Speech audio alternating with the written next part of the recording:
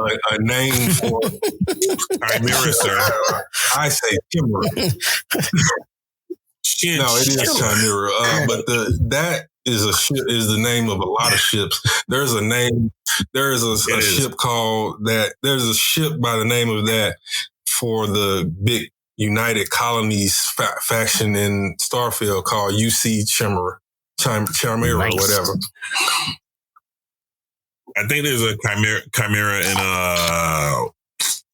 the Wingman video game series. Literally every science fiction has a ship, a starship called Chimera. Just like there's probably one called Leviathan in almost every. Like there's or the Executor or something like that. Let's see, 137. All right, 137 and 25. I found myself calling it the Executor for a very long time before somebody. I told you it was the Executor. Yeah. That was Vader's ship, right? No, that was Tarkin's ship. Yeah, it was Tarkin's. That was Tarkin's ship. Yeah. Welcome everybody to Blerdlines. This is your man Cam. With me as always is Black Emperor Thrall. as well as Black Chewbacca, also known as Josh.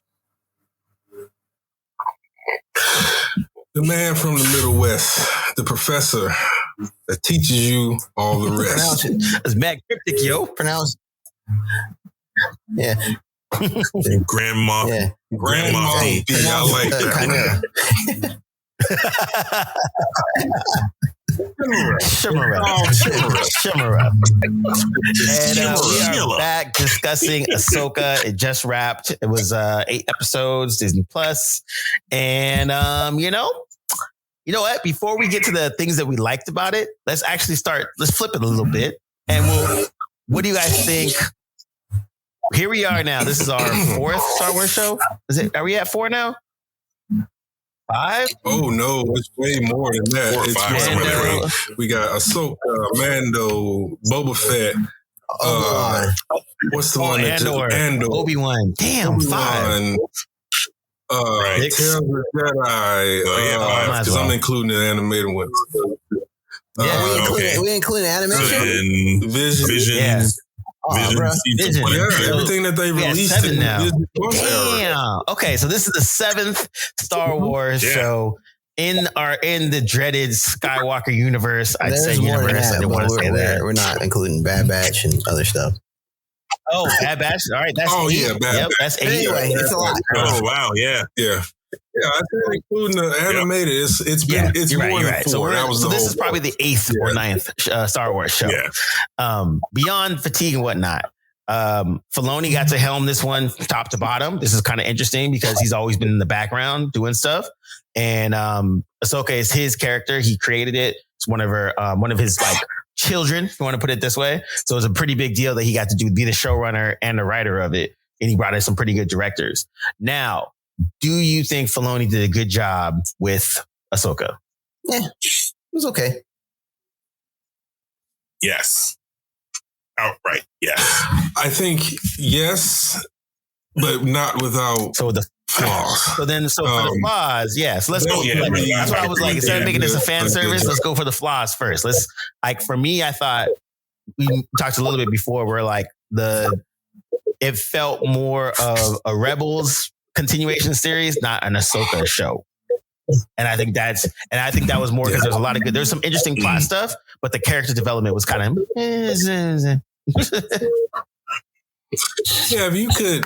So, just in the sort of rudimentary description, in storytelling, your protagonist has to have a clearly defined want, goal, or desire, and then. Adversely to that, you have an antagonist that usually presents obstacles that prevents the protagonist from achieving that. I think Ahsoka's motivations were very one-dimensional. Try to stop Thrawn, but that's too simple of a deal. If she had the map, she could have just destroyed it outright, and then you got no there's no way they could find it. So I think it just needs to have more than all these Star Wars shows are like that. They're driven by the plot and they don't take time for the characters, even the best of them, which like Andor, there was nothing that developed his character or made you care about him as a character. You care about him as a figure that exists in this mythology and in this world and in this particular story, but you don't care about him beyond that. And and that's been a problem with all of the Star Wars shows. And it's even more present in Ahsoka. But the difference is with Ahsoka, we have characters like Cam pointed out from Rebels. So, and Filoni developed those characters. There were always moments in which each episode focused on either one or two characters, and it was something what they were doing or who they were or how they resolved this conflict was the focus, not the plot. Think, for example, when Zeb and Agent Callus get trapped on that ice planet and have to survive together. The plot of that is totally a MacGuffin because they're going to survive, but Filoni spends that time unpacking each character. You get to know Agent Callus as more than just an Imperial suit or, a cog in that machine. So I want to see more of that from Filoni in the future seasons of Ahsoka, because I think that will make the Star Wars shows even better because visually they're amazing, even though laws of physics get totally overlooked. I mean, Ahsoka did backflips in the vacuum of space, and you're right. I'm taking myself down a path that's like self-mutilation. So that's all. So I would just like to see more character development from the characters, and I will leave it at that. I won't mention laws of physics. Yeah, Cam? Yes. The cool thing is that it did incorporate Rebels, which I think is one of, if not the greatest Star Wars story told, is up there. I think Rebels really brought me back into Star Wars. The one thing though I had issues with, and maybe it's just me, I didn't know whose story it was. I don't know if it was Sabine's story or if the title was Ahsoka, but like it felt like they were sharing. It almost felt like Ahsoka was a supporting character at times. So that was one of my main critiques, which isn't a big deal, but it's just like, why do I care about Ahsoka? The cool things, though, the aspect that they brought elements from Rebels into the live action was that area where, if you're not familiar with Rebels, Ezra Bridger was able to jump through times, and it's this black area, which is kind of world between worlds, right? That was cool to see. I was like, oh, they're actually really doing this too. Another gripe I had was Sabine. Well, two things. The failure to mention Kanan Jarrus until like the last episode. Man, listen. That and the fact that is your baby daddy, mentor, and a bunch of stuff. And he got like, he got like 3 lines. And the fact that Sabine trained in the Darksaber, and for her, I'm trying to figure out how much time passed where she got super rusty. Because she's like trained, she was trained by 2 Jedi Masters, Kanan Jarrus, and then we have some context that she was trained by Ahsoka, and we try to figure out what was the relationship there. And to see her like super terrible with a lightsaber, like what the hell happened? Like you didn't keep up no practice, Yeah. So I noticed that as well. I think for me, I think I liked the casting of the characters from look wise looked cool. Then the writing of the characters individually, that's where we're losing stuff. And I think there was a as serious as Rebels got in the later seasons, each character still had some type of a life or levity in them. Now, granted, this is, past, years, trauma, blah, blah, blah. But you didn't really get too much Ahsoka quips until maybe like the last 2 episodes. Same with kind of Sabine. Sabine was kind of like depressed and moody, like almost teenager vibe for pretty much the whole season until the last, till they find Ezra, of course. And I think those little aspects of the characters that they pulled out of made the show worse because they didn't have any light in terms of like, it's all serious things. Thrawn's a big deal, blah, blah, blah. but there was only banter and that kind of stuff until later. Who was the droid? Was it David Tennant? Oh yeah, yes. He brought so much levity to the show that was much needed, and I like that because one, I like that he was a 1,000-year-old droid, so he trained every single Jedi. That was a great little nugget. And then two, that was really good because we've seen, we know that droids don't age. And so we've never encountered one that has been through all of those eras. And so it was a great plot device for him being able to talk highly about every Jedi that we all know and love, right? Like, oh yeah, Anakin did all these things for you, blah, blah, blah. Oh yeah, I know Canon Jarrus. I made him help him make his lightsaber. Like those things was cool. But I thought like not bringing in, trying to, I think it's kind of a thing that happens a lot where they take something from animated and put it into live action. The things that we liked about animated usually is the brevity and the fun stuff and the quips and the whimsical, but then we like the overall plot. Where this one, they kept the plot part cool, but then they pulled out a lot of just like the fun parts because like Ahsoka is arrogant and she's fun, but she's also like pretty knowledgeable and she is kind of a rebel. She likes to kind of do shit on her own. And we kind of get an older aging version of that, but we don't get the fun part of her got sucked out. Now, if you would have explained it a little bit better to why that is, then I think we would have bought into it. But because they didn't really do that, we just kind of get this stoic Ahsoka that is grown, which is great. And not saying that she needs to be all quippy all the time, but they don't really tell us why she kind of like lost a lot of that fire. They kind of explained a little bit with the whole Anakin thing, which I actually enjoyed. I didn't think I was going to. Go ahead, Cam. I was going to say, so there's two things. I didn't understand Ahsoka having an internal struggle with something throughout the whole time I've seen her. This was new to me. Maybe there was hints of it in, what is it? No, not Clone Wars. It was the one where they talked, they had this, Count Dooku in the other story. I saw hints of that, but that was it. I've never got the sense that she was struggling with something. That's just me. Maybe I missed something. And I didn't mind that because even though I don't think it was done well, she never got a moment to build direct. But no, that wasn't what I was going to say. She never got a moment to reconcile her past with Anakin and what he did and what he became.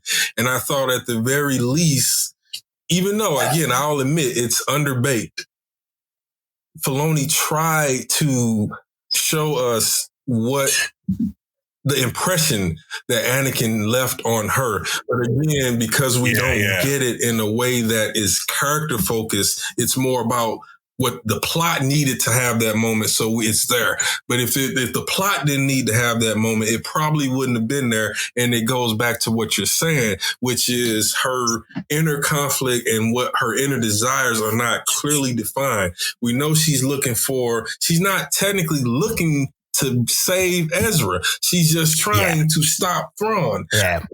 So again, they seesaw it where it's like she takes on others' wants and desires, but she's not having any of her own or desires. Exactly. So the Anakin thing kind of felt hollow because we understand she did have to reconcile that. And I do think visually it was well done, especially when he was walking through we talked about the smoke earlier, and then he was switching from blue to red lightsaber, and then you would see the Vader shape go back to the Anakin shape. I thought that was amazing visual and well shot because it literally was what Anakin's whole story was. That one visual of that, him being clouded by the dark side, but also bringing balance. Like you saw that balance in that visual. And I think that reconcile, because the only time anyone actually really even calls out that she was Anakin's Padawan is Thrawn, where Thrawn's like, I'm not fucking with the Padawan of Anakin Skywalker. What? It was like, I'm not fucking with the. Well, hold on. True. Balin Skull said the same. Pointed it out as they well. showed her proper respect, and they show Anakin and Vader proper respect, and again, it makes sense because in Vader's life, only 2 people ever bested him in a fight. No, three. Right. 3. Dooku, Obi-Wan Kenobi, and Luke Skywalker. And 2 of those, we know why they bested him. Dooku was better than him at the time. There's a 4th, but I don't know the name of it. But what I was going to say, you talked about the motivation of Ahsoka, right? Oh, Ahsoka. As a viewer, if you're coming into this fresh, you need to watch Rebels. Is imperative. Yeah. This is a show that you cannot watch Rebels. Yeah, that's a requisite. And understand what the hell the connections are. You have to watch Rebels. Yeah, I agree. Exactly. That's the problem. Yeah, that's the problem. About that early, them not doing the same shit that the MCU has taken on in the last, with its shows and movies, whereas I don't want to have to watch all this stuff just to have context for this one thing. And if you're going to do that, then just call it Star Wars Rebels. One thing I was going to say is they did a really good job actually in the end of Clone Wars, the last 4 episodes where they talk with Ahsoka's arc, where they did a good job. If you didn't know anything about Ahsoka and you just watched those 4 episodes, you get, hey, she used to be a Jedi. She's not fighting with him anymore. And then, but she does know people in the Clone Wars, and then she has a relationship with Maul. And so you get in those 4 episodes enough that if you never watched anything else, you at least have an understanding of what's going on before the rest of the story comes on. Where this one, you're 100% correct. Right when the first episode starts, if you just know that there's this chick with these things on her head, and she's kind of a Jedi, but kind of not, and you don't really have any other context of like what's going on. And so you're right. If you didn't know anything about, like, if you never watched Star Wars, it's your first one, you'd be so freaking lost. Because it starts with the plot. It doesn't start with it literally starts with the plot. It doesn't start from any character perspective. So for example, we don't see Ahsoka doing something and then this thing interrupts her. So for example, she's not running missions secretly for Hera, and then she comes across information, a conspiracy that to bring Thrawn back. Even that was there's no that it's assuming that you have carnal knowledge of Ahsoka at the jump because there's no, like you put it perfectly, there's no interruption of everyday life. No disruption of who that tells us this is who this person is. If you remove this conflict, this is who she is. This is what she does. This is what she wants. This is how, that's the thing I gave Kenobi credit for, which is when we first meet him, he's doing all he can to survive and lay low. Something happens that disrupts that and takes him out of that.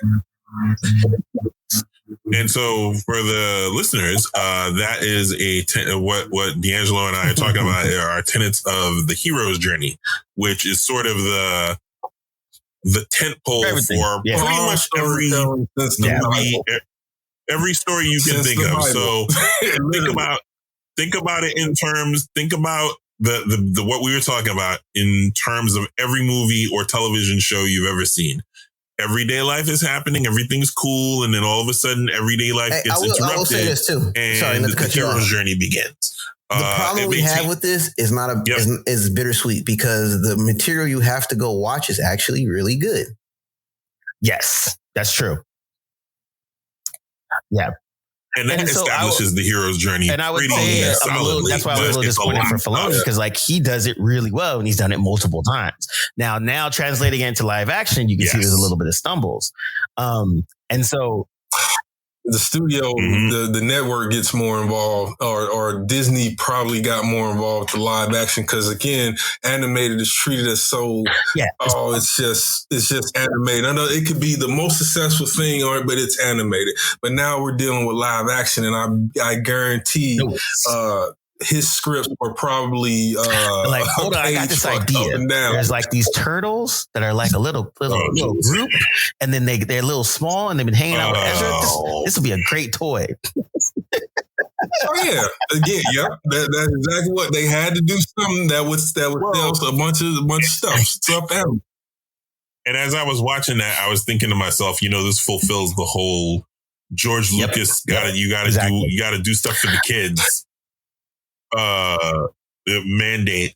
But doubling back for a second, I think doubling back to the negatives.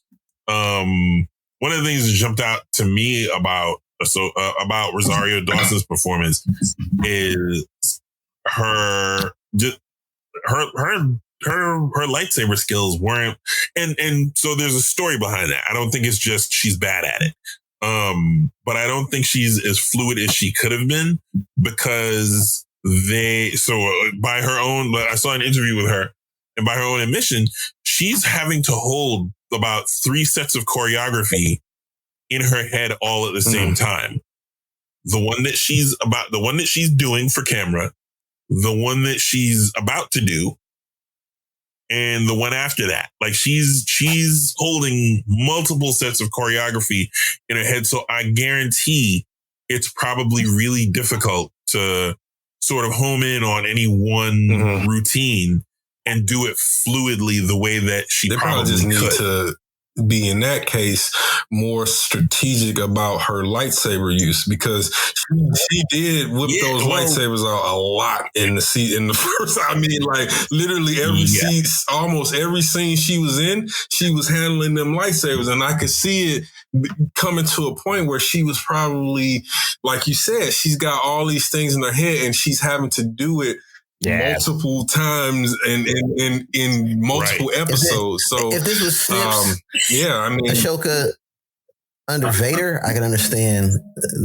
she not passing the eye test with the lightsabers. Yeah, but exactly. Again, but if you're at this level, you're supposed to be. Yeah, but also blame the fight choreographer for not putting her in better position. Yeah. I think it's too much stuff. It's just too much stuff to keep in someone's brain all at once. We've got a bunch of actors that picked up the mantle and we didn't complain. Why is she the first or one of the first? Yeah. Yeah, she wouldn't be the only one that had to do that for Star Wars or a lot of those movies where you have a really high octane saber battles, sword fights, or where you need to not only have the footwork in your mind, but also all the other choreography. And it has to be second nature. And I think with her, it's not second nature yet. Whereas we're so used to and spoiled by actors like Ewan McGregor and Hayden Christensen, who literally put it all into their choreography. And then you had, Darth Maul, McGregor and Ray Park set the bar. Like, like you don't get even. In fact, it was so much. They set the bar so high at the time, because I thought, and even when I go back and look at those duels, I was like, man, come on, kill Qui-Gon already. Because Liam, what's his name? Liam Neeson wasn't bad, comparable, but you saw who was the real worker, who put in the work. Also, I would say that. Well, the whole thing with his character, the whole thing with Liam Neeson's character with Qui-Gon was supposed to be economy of movement. Right. He wasn't supposed to waste any. He wasn't supposed to waste any. That's a good crutch to have. So, and also, I think if you go back to the Rebel situation with the whole thing on Mandalore, the fight scene there was really, really dope, and all the rebels like lightsaber battles are awesome. And I think they kept getting it better and better and better and better. And so we're at here, and then all of a sudden we watch live action. We're like, oh, it's okay. Well, and I think also it stands out when you put Rosario Dawson having to hold all these routines in her head simultaneously, and then put her in and go opposite Diana Lee Inosanto, who played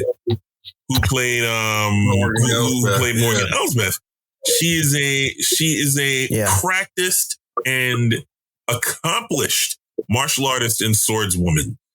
And you could tell by just the choreo of that last duel that they had. When you have that, particularly, there's a shot where you get a wide shot of the two of them going back and forth, and Diana Lee Inosanto bodies it. Her footwork is incredible. I'm no swordsman by any stretch of the imagination, but I know good footwork when I see it, and I know how you're supposed to sort of plant your foot after you parry, or after you block, whatever. Yeah. Well, I think. Oh my God! That woman's footwork is like she's getting in like 3-4 steps for every. We also move. know that there is no excuse because we've seen. I mean, look at The Witcher. That footwork is something that I can't even. I'm saying like the way they move in that and with the swords in that, but also. Well, I mean, I think if you're going to say one more thing. With Morgan Elsbeth and that actress, she only had that fight scene. So it should have been the way it was because and it was the smart thing to do. You save the best for that moment, and she killed it. She nailed it because granted, that was the best thing she did, the most thing she did, and hopefully that ain't all she's gonna do. Because for the most part of the whole series, all episode, she did was just stood there and gave command with her hands behind her back. And especially when Thrawn and the Great Mothers came up, it was just like, Morgan, sit your ass back there and don't say nothing. Like go in the corner, shut up, don't say nothing. Remember too, But yeah, she was. And you got to remember too, it's like for some people, they got to like pull back when they're working with actors that aren't on the same level. So even with working with Rosario, like they have to kind of match the energy as like they match it maybe like a little bit more, but then they could go real diesel if it was some real stuff. So I think for me, another neg was like Rosario should have been in that gym another couple months before they hit that. Yeah. I was going to say, and I don't know that that's her fault. I think that's just how they scheduled it. Most shows or movies will usually give you a couple months to get down the basics and get down the routines, and then give you a refresher before you have to shoot. And it's clear she didn't have that. So I don't know that that's her fault. Now, what are the things that we actually liked about it? Like overall in general, like for me, it was, I give, as always, the concept artists and the designers for the show as a whole fucking body that. Like you saw Thrawn's ship and it was like tattered and put together, all that kind of stuff. When you saw all his soldiers, you could tell that they hadn't got a refresher in 5 years. They had things that wrapped up. Shout out to Wes Chatham playing Captain Enoch. We don't. And for those of you who don't know who Wes Chatham is, you know that we are a fan of The Expanse, and Wes Chatham is our friend Amos. Amos. He's covered up, so you don't know that it's him, and he's got his voice altered. But that's him. I liked all the touches they did on Thrawn's soldiers. I thought that was awesome. And I actually liked all the looks that Ahsoka had from like when she's in all white, when you had the gray joints, all that kind of stuff. That they did a good job. And then like visual wise, like you were saying, like especially when they had Anakin, and I was like, I was like, how are they going to recreate Clone Wars on this budget? And I was like, missed. Because they did not show not one droid. It was just a bunch of soldiers running around. Like there was some lasers, and then there was a lot of mist. Yep, and you see, pew, pew, pew, pew, pew, and I was like, that was very smart. I don't know where's your budget to get all these droids out here. But yeah, I like visually wise, I enjoyed it. I think overall the palette was a little bit on the muted side. They could have had some more fun with that, but in general, I thought overall, like casting wise and visuals, like they did a really good job. And I thought that part was the part for me that was the fun part. That was like, oh, dude, this is live action, like Clone Wars Rebels situation. Yeah. I like the scale and scope of it. I think visually, is going to what you're saying, the scale of it was amazing when, like, the way when Thrawn pulls up with with his ship and his Star Destroyer and the score that accompanies that, it just feels big and it posits where we are in the story in terms of what's what's at stake and what we can expect. I think overall, though, the thing I love the most about it was the detail and dedication to the mythology and continuing to open that up, expand it a little more. Now, what I would love to see is if, again, the writing shifts focus to more character driven than necessarily these plots that have to be resolved over the course of the season. Because I think with Ezra and with Ahsoka and with Sabine, these are characters that we enjoy going along with their journey, and we enjoy their narrative and not the plot that they were involved in, but just them being in the story. So I want to see more of that, just Ahsoka given more to do. But overall, I thought, what was it, 8 episodes? Yeah, it was a solid 8 episodes. There was some slowness at the true slowness in the second and third episodes where, they were trying to show us what Ahsoka was doing when Sabine, and then moved to the scenes where Sabine was with the bad guys. I kind of hate when shows do that nowadays because it's just a different type of fluff. But yeah, I don't really have a lot of bad things to say. But I do think that it was a decent follow up to Rebels. I don't know if it was a great first season for Ahsoka. In fact, I would say it wasn't a great first season for Ahsoka. For that title, is the show going to be called that? But there's a lot to look forward to. I did like where they left her and Sabine. I think now you have an opportunity to develop them as characters because you've given them a clean slate. You know it's going to be a while before they can really get back to the main part of the galaxy or whatever. So this is an opportunity to develop them further. Great last shot with Ray Stevenson, man. That was hold on. What was the goal of his character? Oh man, rest in peace. Well, that's a critique because for me anyway, because I thought that I told this to Josh. I was like, I thought that was too vague. We didn't know it was too much. It was too much dialogue of the can't you feel it? Hinting to something but not saying what it is because they have to create this mystery. It's lazy. It's very cheap writing. He could have said what he was after and it wouldn't have changed anything. It would have just made the audience more curious. But because it was so vague, you really don't care about it by the end. So what they were shooting for was what he found at the end, which is I don't know if you remember in Rebels where they sort of get into the mother, the father. Those 3 statues, the mother, the light, the dark, the father. Yeah, all that stuff was understood, but they didn't do a good job of getting us there. That's all. No. But yeah, that's it. That's all of it. So that was what he was trying to find. What those statues mean and what they allude to.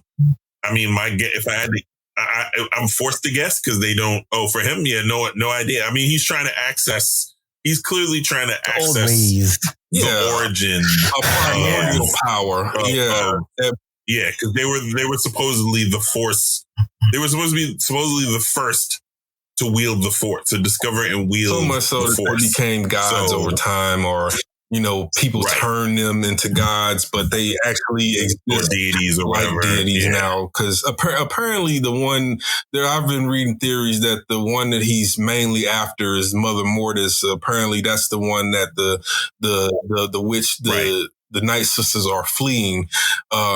What I thought was interesting, or narrative question is, the chicken or the egg? Is Mother Mortis waking up because Thrawn woke up the Night Sisters? Because somebody said that. No, Ezra said it. Like, it was like the clear example of one line of dialogue. He cleared that shit up. He's like, yeah, I just been hiding because Thrawn went and woke up the Night Sisters, and he's like, I'm not going there by myself. Ain't nothing I can do. Yeah, he's like, I just kept running. So I was curious because he specifically stated that Thrawn sought them out and woke them up. Is that what caused Mother Mortis to wake up? And did they know that? And that's the reason why they're like, yeah, we're woke, but now she woke, so now we gotta get the fuck out of here. So this could allude, this is just me theorizing, but this could allude to what Thrawn did when he, in the Heir to the Empire books. He recognizes that there needs to be a Palpatine, an Emperor, a Sith Lord, a Dark Lord of the Sith, specifically one that is master level, that can do what Palpatine was doing. So one of the things that he did was he would augment, like, so for example, at the Battle of Endor, when they launched the TIE fighters, part of the reason why because TIE fighter pilots against X-Wing pilots, if you have an equal number, then, you know, the likelihood that you'll survive is pretty high. But, you know, A, they outnumbered them, and then B, Palpatine was augmenting their capabilities. While he was trash talking Luke into and trying to bait him into battling Vader, he was also augmenting their capabilities, which is why initially they were losing. The rebels were losing initially at the beginning of that battle, aside from the fact that they were outnumbered. That's all retrospect too, right? They didn't. George Lucas didn't have that in there. Yeah. No. He didn't have any of that. So to the point that I'm trying to make, it's possible that he's using the Night Sisters as a replacement for a Sith Lord. Like, he doesn't have any designs on ruling. He just wants things to be back the way that they were. He wants to restore the glory balance of the Empire. Yeah, he wants order. He wants in order, and he realizes that part of the equation was Palpatine. So since there's no Palpatine, the next best thing might be, again, me theorizing, might be having Night Sisters under his. And there's a part where Morgan basically was just like, yeah, I'll do that for you. And he's like, no, we do it for the Empire. And he always keeps that as the forefront of it. Yeah, he kept saying that. Yeah, long live the Empire. Because that was the whole, and that I think was set up to separate him from the previous main antagonist of these series, which was, in series, I'm going to say Mandalorian and Ahsoka. Both are sharing the same space. So the previous main villain was Moff Gideon, right? So Moff Gideon wasn't his whole as a Imperial warlord. He wasn't on that. He wasn't like, he was like, long live the Empire, but I'm going to be I'm going to take control, and this is how I'm going to do it, by building myself a force body, a force sensitive body, or many force sensitive bodies, but also acclimate or the Mandalorian weaponry and tech. Yeah, and I think that's the thing. So I think going back to Lord Blair, I think they just, you're right. If they would have just said why he was there, and like when his like basically Padawan was like, yo, what the fuck are we doing on this? Like, why are we about to get stuck? Like, she was like, I ain't trying to get stuck. Why are we here? And then he was just kind of like, oh, you know, mystery, and not really giving a straight answer. But if he literally would just been like, I'm looking for this chick and this power, and this is why I'm here. You can ride with me or you cannot. And because not saying it doesn't do anything for the story. You didn't. not saying it, what happened by not saying it? People just you maintain the mystery. Yeah. I guess if you want to, you also could write the mystery in a way that actually makes it a mystery and not just you withholding information, because that's all that was. Right. We find out what Baylan is looking for as he's looking for it. And shout out to little Minnie Ventress. I thought she did a pretty good job. I thought she was just the right enough about evil, good foil to Sabine, pretty has her own little situation. So I think that was good. I think she was actually pretty good on it. They were also depicted as true dark Jedi, which I think is something that we haven't seen in a while. Even their lightsabers weren't completely red. They were like an orange type of hue and orange red type of hue. And I like that they weren't depicted as evil. They weren't just like straight up murdering people. Like they had reservations. Like even when I think Thrawn was like, just kill whatever, Shin gave him a look and then looked at Baylan for confirmation, but it was basically like her looking at Thrawn like, are you crazy? Like, why would you do that? Like, what's wrong with you? And so I thought that was good. I thought it was a little odd that he looked at them as disposable when, I guess knowing too much, I guess, because he needs someone with force capabilities. And looking at them as mercenaries and disposable was a little odd to me. Using the knowledge of what you know and prior to the Empire. Yes, 100%. You don't know if that's where they're going yet. So if they are going in, that doesn't make sense. You're right. It doesn't make sense for him to look at them as disposable, especially considering that if it hadn't been for them, Elsbeth wouldn't have been able to get there in the first place. Yeah, which is what makes it odd on its own. You know what I mean? Like he's an honor bound guy who, honors his debts and like, she could have easily, again, one line of dialogue. She could have easily been like, they helped me get you. They helped me get here to get you. Yeah. That would have easily and instantly placed him in their debt.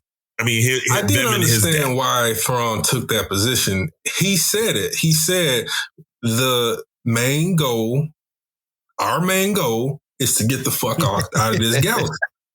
he says that to her right before he says, after I think when she's questioning why, he's like, look, they're going to go, they're going to engage 2.5 Jedi, Ahsoka, Ezra, and Sabine. So I call her half Jedi, but she's full Mandalorian. So that makes her a challenge. And so Thrawn, practical, pragmatic, and never allows arrogance or ego to influence his decision. He's like, look, the chances of them surviving is very low. So if we get this thing going, we out of here. I got 3 witches. If that can't work, I'll have to search. It's a big galaxy. I'll find the forces. I will say this about each major character. Yeah. They all had a defined motivation for doing what they were doing. Ahsoka, Sabine wanted to get back to Ezra.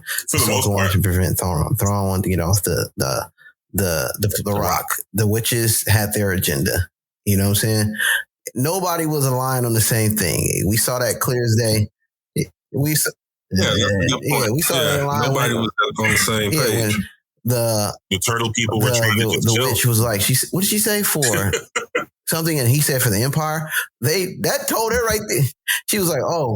She said that she would do it for him. She said she would do it. Like they kept saying that they would do anything for you, Grand Admiral. And every time he would say, for the Empire. He was like, and that is quintessential Thrawn. Like, not for me. I'm nobody. Yeah. I'm just a tool. He literally doesn't see himself as special at all. Like he's like, I'm literally here to serve my empire, to fulfill the will of the Empire. Oh, yeah. That's it. He is the best after.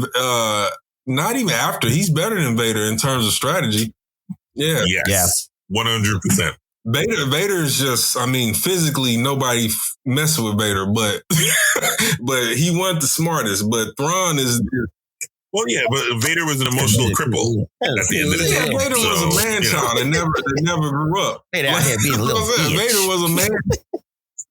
But you think about it, that's the reason they don't like to train adults. I mean, Jedi basically take kids from their parents and then completely ostracize them from those people. That's why Kanan Jarrus was so jacked up when in Rebels. It's like, bro, that boy never had a mom and dad. The Bad Batch connection with Kanan Jarrus. If you watch Bad Batch, really? He's the kid. That was nice. I like that. That was like a little nugget. So like when I think it was season 1 or season 2, where it's season 1, where they see the kid sees his master get killed. That's Kanan. Yeah.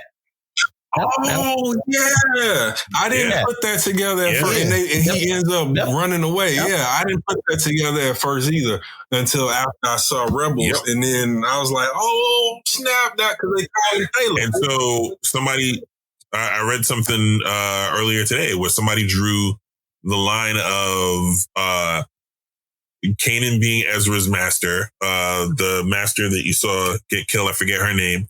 Was Kanan's master, and she was a Padawan of Mace Windu. All of them victims of the Empire. Horrible politics. Getting the job. But yeah, their own horrible politics. I mean, they lost because it was all their fault. The worst run organization in history of film. Much. That or S.H.I.E.L.D.